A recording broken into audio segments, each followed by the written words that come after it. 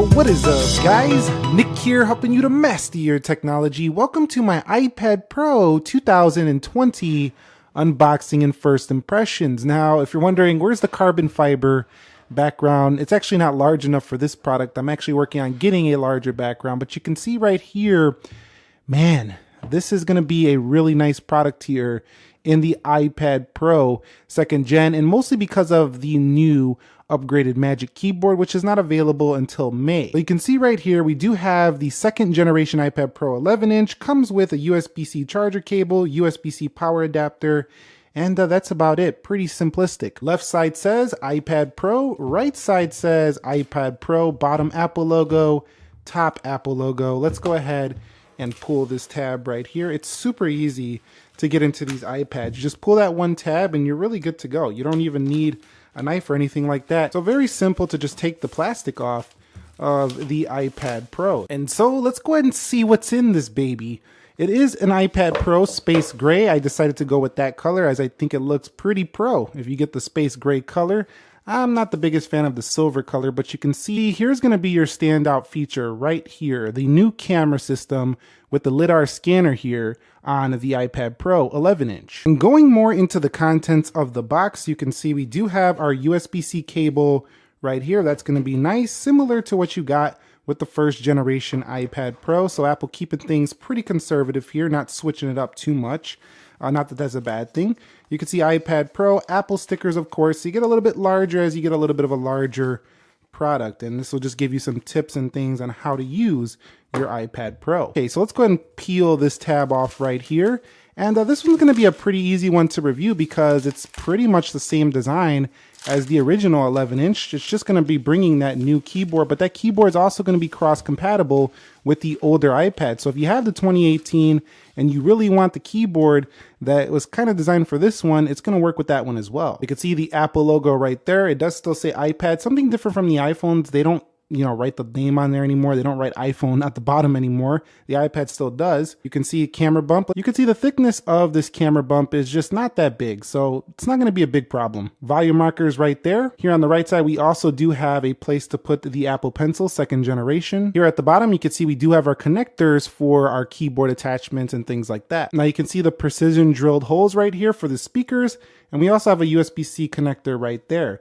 Now if I flip it all the way around, we also have 2 more speakers on this side, so pretty nice. We're going to have very good sound out of this iPad Pro 11. And so here we are. So you can see the bezels are the same as the bezels before. There's really no difference in design. So that's good for people who already have the 2018 or just bought one. You're not going to feel like they just made something so much better. Okay, so we are now in the iPad 11, the iPad Pro 11 for 2020. Now, 11-inch screen is dominating the front here, and I do like that Apple kept this design. I think it's a great looking iPad. However, it would be nice to see them, further reduce the bezels if possible. That's just a natural evolution, I think, of this design. It could just get a little bit better. Not saying it's bad, it's pretty great, but maybe we can one day see even more screen on here. That would be like 11.2 inches or something like that. Now, this does have the A12Z, which is reportedly not that much faster than, say, the Apple A12X of the prior iPad. Now, again, 120 hertz display on this one, so it's going to be super smooth, and 6 gigabytes of RAM on this device. So that's very nice as well. Not like you need a ton of RAM when iOS runs so efficiently, but long story short, this is a powerhouse iPad. So let's take a look at the iOS version that comes out of the box, and you can see it's pre-installed with iPadOS 13.4 right out of the box. So that's not bad. And depending on when you buy this, they might actually have a newer version of the iPad installed, the iPadOS. So it depends on when you buy it. Now let's go ahead and take a look at these wallpapers and see what they do include for this particular iPad. Just a couple right here. So you do have this wallpaper right here. That's pretty nice. And you also do have this one, which is the one that you see on the box. So let's go ahead and put that one on and take a look at that. So the screen's still LCD, so it's not, an OLED display. You could argue some Samsung tablets have a better, vibrancy, but it's still very accurate, and I think a lot of pros are going to like this one. Now, the big deal with this iPad is going to be the camera. So if we go into the cameras here, not that you probably even needed this, but I think we were kind of expecting it since the iPhone's got it, the ultra-wide angle camera. So you can do ultra-wide video and photo here for the iPad Pro, which is pretty awesome if you're the type of person who uses your iPad for everything. And of course, it's going to be very similar quality that you get with the Apple iPhone 11. I'll take more photos before I conduct the full review on this one, but just looking through the viewfinder, it looks pretty fantastic. Let me put my lens hood cap right there and go like so and do an ultra wide. So very good overall looking camera so far. I don't think you're going to be disappointed with this one. Now the selfie camera on this is also a 7 megapixel camera, and let me check the video settings here and settings to see if we do get, you know, maybe a little bit higher resolution on that front video.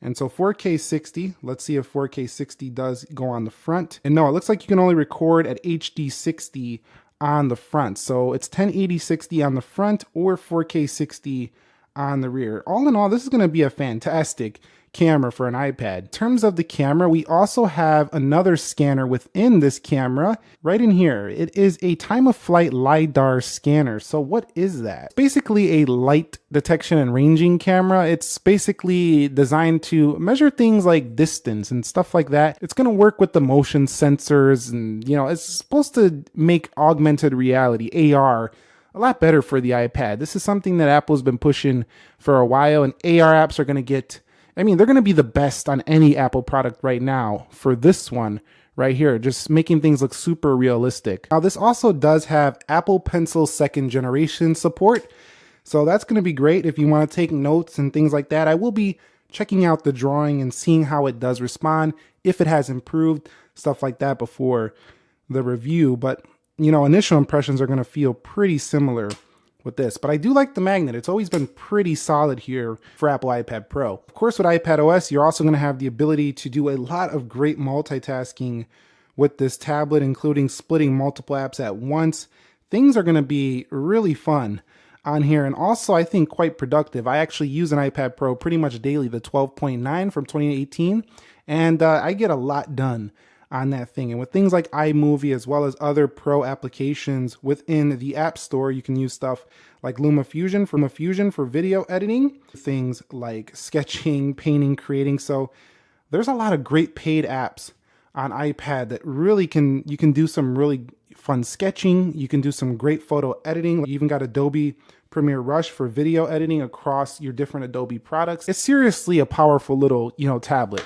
Definitely industry leading. And all of this at just under £1. This is where it really does beat out laptops and stuff like that. I mean, yeah, laptops do have still some key advantages over this iPad, but really this is still a very light, powerful machine in the iPad, especially the 11-inch, super light. The iPad Pro 12.9-inch, getting near the weight of a laptop, but still that one's light as well. This one is super light. And Apple will have a Magic Trackpad keyboard coming for this. Finally, you're going to have more than just the ability to use the Apple Pencil. You'll have a trackpad. I'll review that when it does come. This is going to have fast charging out of the box as well. So we'll keep an eye on how fast it charges, how the battery life does. I'm expecting all day battery life as always with iPads. So you shouldn't be worried about that if you're considering a purchase. So my first impressions, this thing is hot. This is a great feeling product, man. It feels really nice and light. It feels professional. I think for people who are just really sick and tired of laptops, they want something, you know, really powerful, and they don't really require all the programs that a laptop or a desktop offers up, then this could be a great alternative. I think Apple's getting pretty close, and with the trackpad and iPad OS, it's getting even closer. The type of work I do, for example, making videos and photo editing, I don't prefer to use iPad only, but if I had to, I could definitely get by with it. So I think we're getting to a point where if you're willing to work with it, you can get around with it. With the Files app on board, with these smaller icons now, with all of this multitasking you can do, with mouse support for this thing, you know, Apple Pencil support, a trackpad coming. This is a compelling offering at $799 for the 11 Pro. Pricing for this one starts at $799 with a 12.9-inch going up to $1,000. So these are not cheap. There's a lot more cheaper iPads if you don't need the Pro features, but if you want an all-in-one machine, this one is probably going to be it. So let me know your thoughts down below in the comment section of this video. Did you order an iPad Pro 11 or 12.9? Are you really excited about this one? Are you not? Or you just prefer an iPad Air or just the iPad 10.2? This is just not something you care about much. Let us know down below. Any questions, comments, concerns, leave those below as well. Thumbs up if you enjoyed the video. Nick here helping you to master your technology. Be sure to be well and peace.